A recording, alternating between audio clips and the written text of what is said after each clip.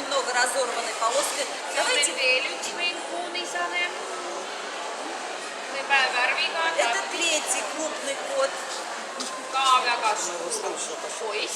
Ровный, с красивым строением прямоугольного тела,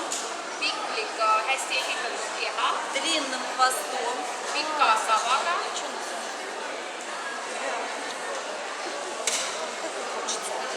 Да, очень хочется подержаться за эту красоту.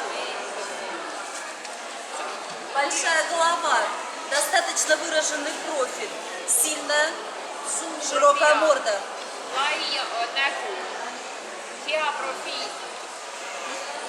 Большие уши. Тоже с кисточками, с легкими кисточками, так как кот находится в разлинке, кисточки тоже в разлинке.